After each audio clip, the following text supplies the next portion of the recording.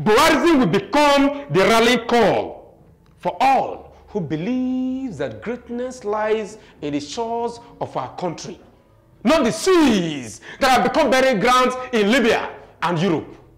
We must therefore stop prostituting political positions, particularly in a nation where corruption is the main religion, particularly in a nation where ethnocentrism is a main reflection, in a nation where religiosity zombifies our mentality. We don't believe, we don't think Nigeria first, we think our religion first.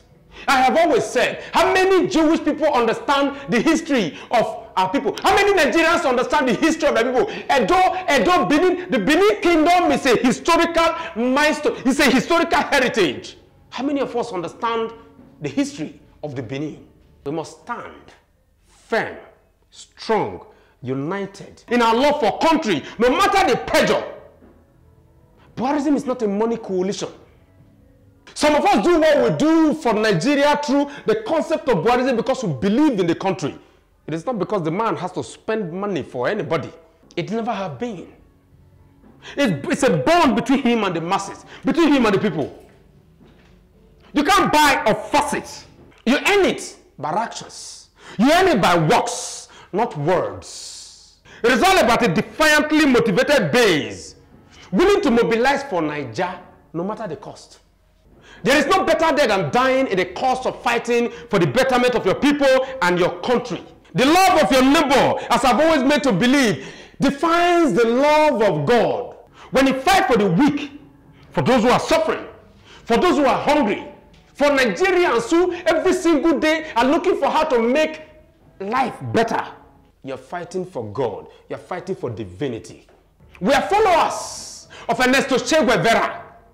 Him, the father of modern revolution, the father of the modern struggle of our great humanity. We take a lot of inspiration from the African Che, Thomas Sankara. We are revolutionists in the mindset of Amilcar Cabral of Equatorial Guinea. We will die fighting like Eduardo Mondlane in the Angolan hills.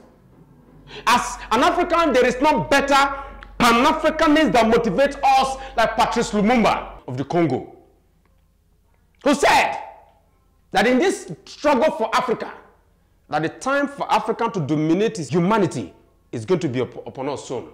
We will work for the development of the African people like Muammar Gaddafi. Libya was destroyed because Libya was interested in the foundation of an African that is capable of developing from within.